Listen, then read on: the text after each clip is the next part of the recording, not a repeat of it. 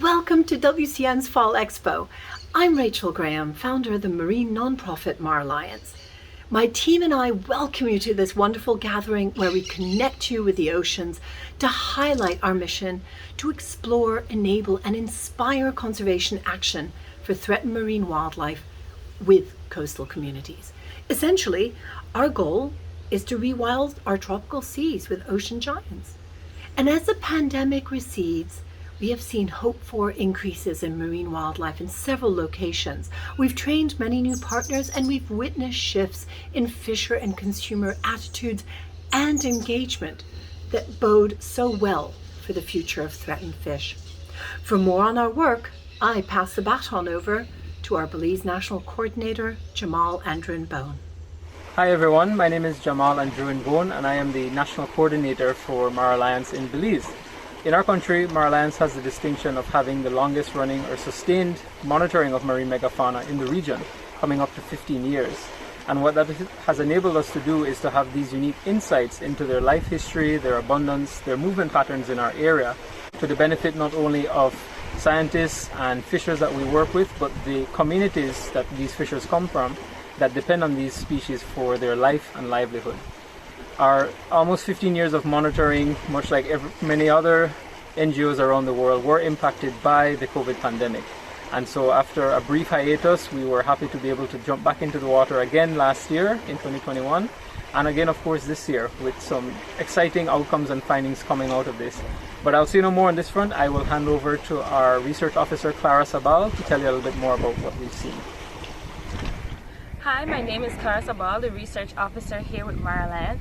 Coming on board with MarAlliance in 2021 has been a very exciting and rewarding experience, from working directly with fishers to partnering with marine protected area managers who are eager to continue monitoring here in Belize.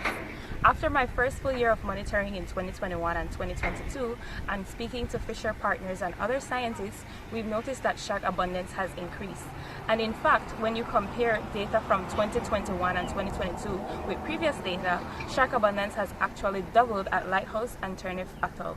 As a Belizean, this data gives me a sense of hope that we might one day be able to rewild our waters and see a more diverse marine ecosystem that not only benefits our marine species, but also those whose livelihoods depend on it.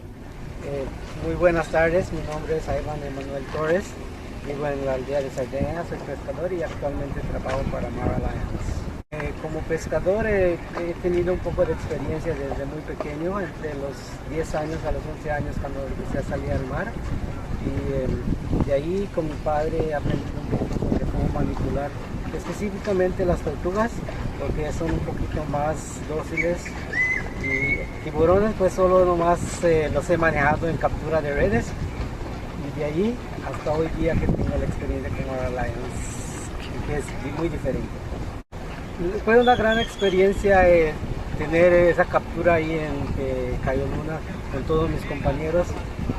Básicamente fui yo el único que se tiró al agua, pero entre todo el grupo hicimos posible la captura, porque igual si no trabajas como un grupo creo que nada sale bien, pero el que se aventó y los que me apoyaron fui yo, y fue una gran experiencia atraparlo en esa cosa.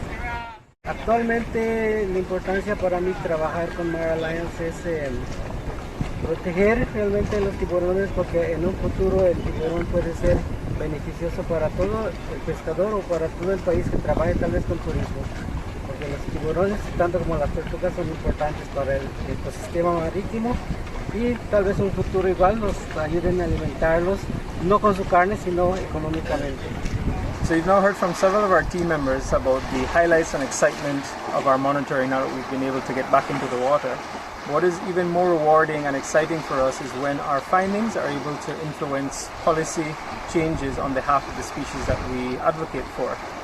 The most recent example was in 2021 when, after multiple recommendations from MarAlliance as part of National Short Working Group, we were able to see the government of Belize signing legislation to ban shark fishing within 2 miles of the 3 atolls in Belize.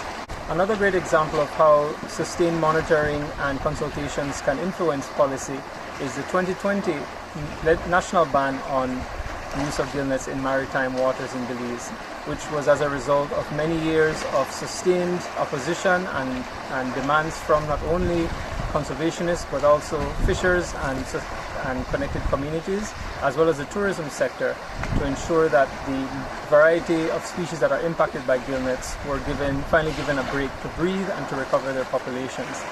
This is what we hope will happen as a result of the ban, that over time these commercially important species for consumption as well as tourism are able to rejuvenate, to rebound, and repopulate Belize's waters once again. Here now to introduce a new channel that we've been able to undertake to influence policy is our technical coordinator, Ivy Baremore, who will be talking about the non-detriment finding exercise that Belize recently undertook with contribution and input from MarAlliance. Many countries with shark fisheries export their shark products, such as meat and fins. These exporting countries are required to abide by international laws that regulate the trade of threatened species. CITES is a multilateral treaty designed to protect endangered plants and animals, and is essentially a licensing system for countries that export products from listed species. To prove that they can export them sustainably, parties or countries must complete what is known as a non-detriment finding, or NDF, for listed species. Completing an NDF is just about as exciting as it sounds, but essentially helps CITES parties pull together all of the information on the species and the threats to determine if the export of the species falls within CITES rules. And until recently, it was entirely on paper. Recognizing that the cumbersome process was a barrier to many nations completing an NDF, we worked with the German government to modernize the process by creating an automated digital template. This was converted to a user-friendly online tool, and thus the eNDF was born. Belize conducted its first NDF for hammerhead and silky sharks a couple of months ago, and we were excited to help release our baby into the wild and co-lead the eNDF process. By undertaking the procedure, Belize is setting itself up to further ensure the sustainability and rewilding of sharks in its waters.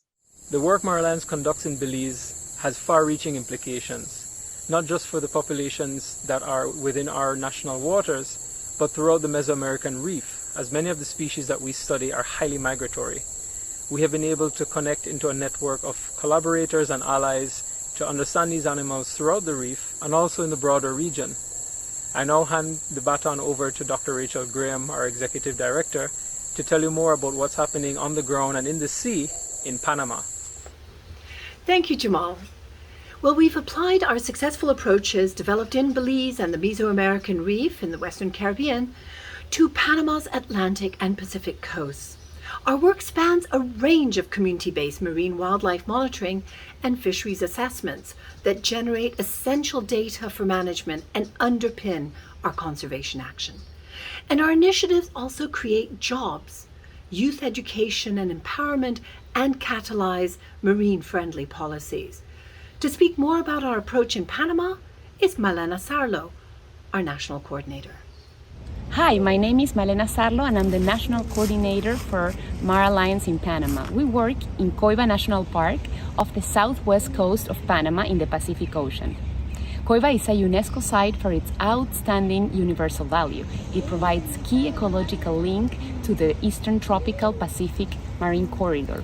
It is the last refuge for a number of threatened animals and an essential area for migratory species, a valuable habitat for cetaceans, sharks, sea turtles, and a large variety of pelagic fish, species of high importance to local and regional level fisheries. MarAlliance completed the first megafauna assessment in and around the park with local members of the communities surrounding the protected area. We are now shifting our attention to assessing small-scale fisheries. The community of Palo Seco is a great example of how we are working with communities around Coiba National Park. Gracias WCN y todos los que nos sintonizan hoy. Mi nombre es JOSELIN AYLIN Alvarado, Panamá, provincia de Veraguas. Trabajo en el proyecto de monitoreo de desembarque pesquero en la comunidad de Palo Seco.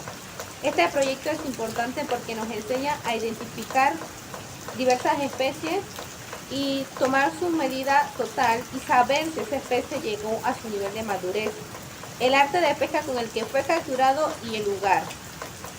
Para mí, en lo personal, este proyecto ha sido muy emocionante, ha sido divertido y me ha encantado conocer muchas cosas que hay en nuestros océanos, pero también me ha sorprendido saber que muchas de esas especies están en peligro de extinción.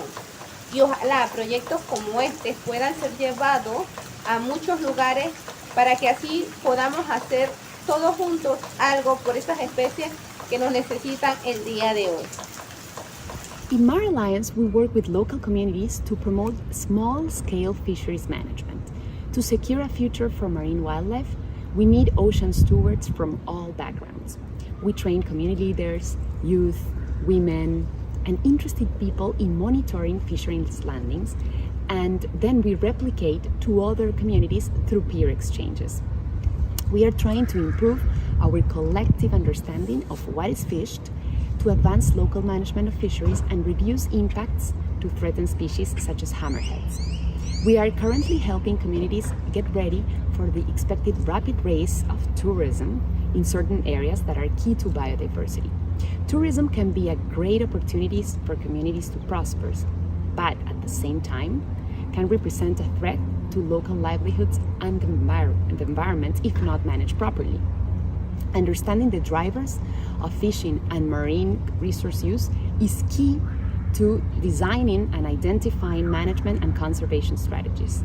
And with this, I pass the baton to Rachel. Thank you, Malena. Compassionate and lasting conservation of marine wildlife and coastal communities truly requires a multiplicity of approaches to reach a triple win for wildlife, sustainable resource use, and people. Although it takes a range of approaches to rewild our seas, it mostly takes building of relationships, trust, and hard work over many years. We have our work cut out for us, especially with the rising impacts and uncertainties brought by climate change. But it is with your help, from small to large, that we are able to meet the growing demands for marine conservation in the coming decades. Thank you. Thank you from the bottom of our heart for all the support you have given us. And if you are not part of our Alliance for Marine Wildlife, then do join us on this incredible journey to rewild our seas.